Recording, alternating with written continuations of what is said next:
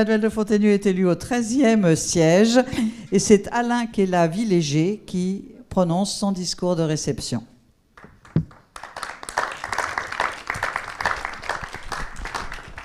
Celui-ci. Bien.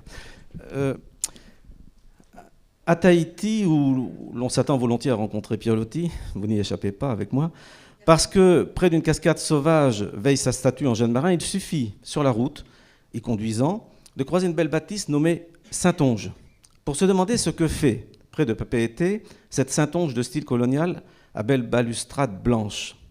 Victor Raoult, marin et commerçant oléronais né à Dolusse, au XIXe siècle, mort en 1914, inconnu du si exhaustif dictionnaire biographique des Charentais, avait contracté sur place fortune et mariage, et il fit construire cette demeure pour attester de ses deux réussites.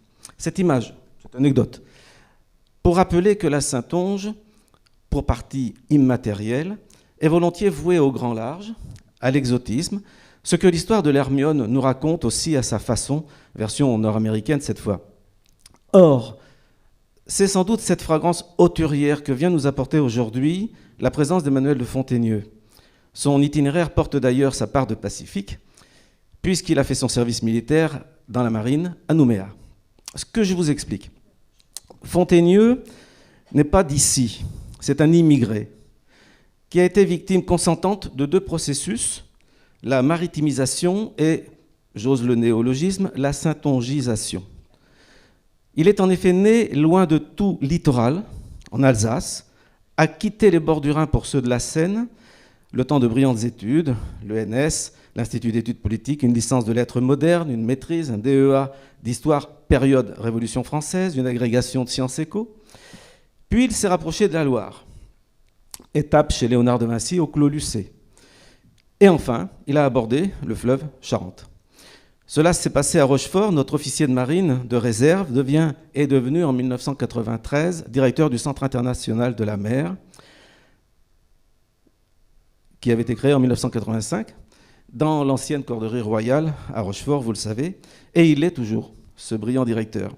Le néo-rochefortais loge longtemps à La Rochelle, l'ONIS, mais finit par quitter cette ONIS et par s'installer à Cozes, la saintongisation.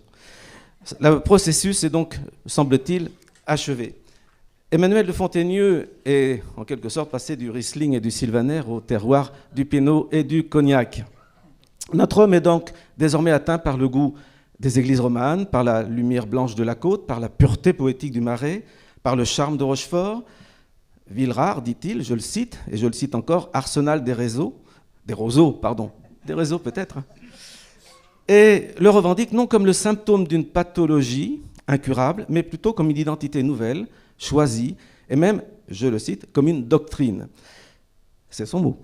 La Saintonge n'est pas seulement un territoire dont les contours font parfois débat, ni seulement un imaginaire qui sent l'iode, elle est une pensée dynamique et ouverte sur le vaste monde. Un défi peut-être, parce que même en absence visible du large, la mer est là, partout, prégnante, à Rochefort. Quand l'arsenal de Rochefort fut fermé en 1927, je cite Emmanuel de Fontaigneux, la mer fut en quelque sorte répudiée par décret. Oui, mais la mer justement, ce grand amour impossible de Rochefort, mais cette fois je cite Éric Orsena, répudiée ou pas, visible ou pas, la mer est partout omniprésente. Oserais-je dire qu'il en est en quelque sorte ainsi de la Saintonge. Donc, avec le Centre international de la mer, il ne s'agit pas au sens terrien de la Saintonge maritime, mais de la Saintonge des mers et des océans, des grands vents et des bouts du monde, de celle qui se vit sur le pont des navires et en haut des vergues. Il suffit de se remémorer les expositions présentées chaque année par le Centre international de la mer pour s'en convaincre. Ont été au rendez-vous, je donne dans le désordre, bateaux vikings, pirates, flibustiers, grandes pêches, phares, abysses, arts balnéaires, oiseaux marins, pseudo du Bon, tempête, Cap Horn, canal de Panama, expédition polaire, ostréiculture, cartes marines, bande dessinée, et j'en passe, sans oublier de citer Conrad, Stevenson, Monfred, Sandra, Palotti, et même une femme navigatrice qui s'attacha si bien à Oléron, vous le savez, Anita Conti. Au besoin, le Centre international de la mer est partenaire d'expositions qui se tiennent en d'autres lieux pour évoquer la tempête Xynthia, on vient de la mentionner, les villes coloniales ou les ponts transbordeurs. Mais la grande aventure qu'Emmanuel de Fontaigneux accompagna comme membre du bureau de l'association et comme directeur du Centre international de la mer, c'est bien sûr celle que j'ai mentionnée en préambule, l'Hermione. Est-il besoin de la raconter? Fontaigneux l'a fait et le rappellera sans doute. Et d'ailleurs, son ouvrage L'Hermione de Rochefort à la gloire américaine avait reçu en 2003 le prix Champlain de l'Académie de Saintonge. Car Emmanuel de Fontaigneux est également auteur ou directeur d'ouvrages collectifs. Citons par exemple Les outils du navigateur avec Richard Texier en 1998, Rochefort et l'estuaire de la Charente, illustré de très belles aquarelles, de Denis Clavreul en 2008, La mer à l'encre, 3 siècles de cartes marines du Moyen-Âge au siècle des Lumières en 2010, Peur bleue, Prendre la mer à la Renaissance, avec notamment Michael Augeron, que nous connaissons bien en 2007, etc. Voilà donc en quelques lignes le rapide portrait de notre nouvel académicien, dont on aura compris combien sa présence parmi nous relève d'une évidence et d'une promesse à des usages nouveaux, et d'une promesse. Cette sorte d'axiome glané dans ces pages, convertir la mémoire à des usages nouveaux, loin de toute nostalgie, dit-il, mais toujours à la poursuite du réenchantement des lieux. Réenchanter la Saintonge, toujours recommencer, comme la mer, voilà un beau et fier programme. Pour ce faire, Emmanuel de Fontaigneux embarque aujourd'hui à bord d'une frégate qui a pour nom Académie de Saintonge. Et son équipage le salue chaleureusement et lui crie « Bienvenue à bord » et ils sont tous les voiles. Merci.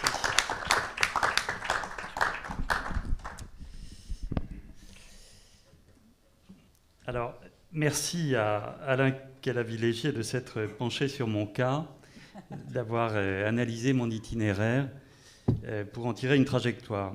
Non seulement son texte met un ordre savoureux dans mon passé, mais il indique aussi le chemin d'un possible accomplissement.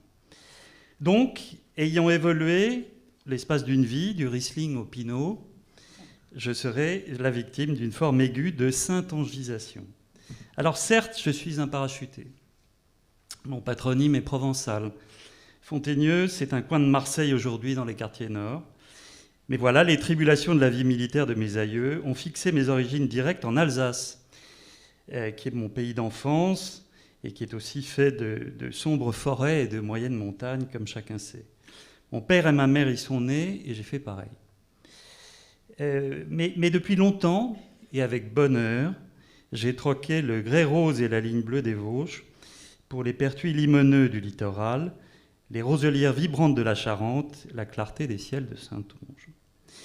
Mes études ont été prosaïquement parisiennes, classe prépa à la Canale à Sceaux, école normale supérieure à Saint-Cloud, Sciences Po à Paris, Sorbonne, école des hautes études, etc. À vrai dire, j'ai pas mal tâtonné, glané quelques lauriers, mais aussi vécu la frustration de passer mes 20 ans à bûcher d'interminables concours. J'étais un littéraire, sans aucun doute, amoureux de cartes et d'estampes peut-être, mais très désireux de rallier enfin la vraie vie, et telle que je l'imaginais, cette vraie vie devait nécessairement se cristalliser dans une forme entrepreneuriale à inventer. Un peu de recherche en histoire sur la Révolution française, avec Jean Tullard et Pierre Nora, quelques tentatives du côté de l'édition et de la communication, et finalement, un chemin s'est ouvert pour moi dans la mise en valeur du patrimoine en partant d'un lieu particulier, le manoir du Clos Lucé, demeure de Léonard de Vinci à Amboise. Léonard y est mort en 1519, parmi tant d'autres passages.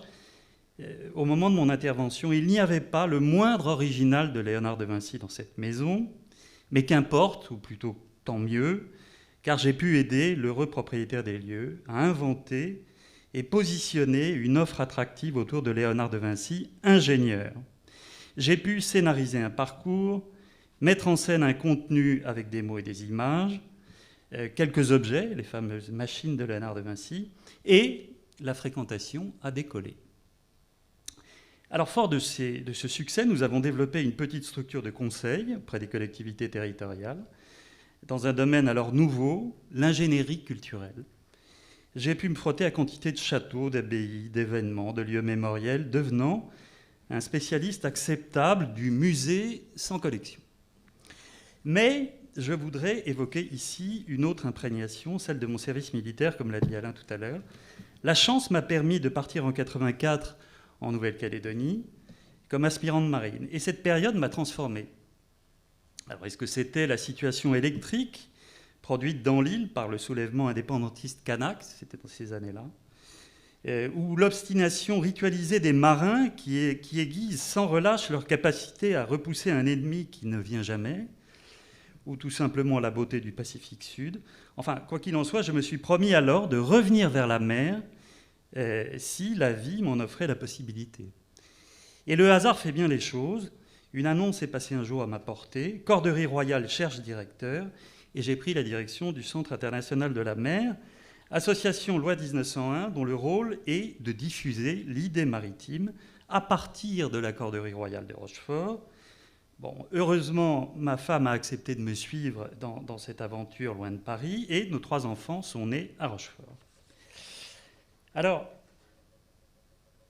selon Éric Orsena, qu'Alain a cité tout à l'heure et qui a présidé très longtemps l'association CIM, et que je cite, « Qui n'est pas tombé en mal d'amour pour l'un de ces miracles de cet art majeur, l'architecture, ne mérite pas de voir.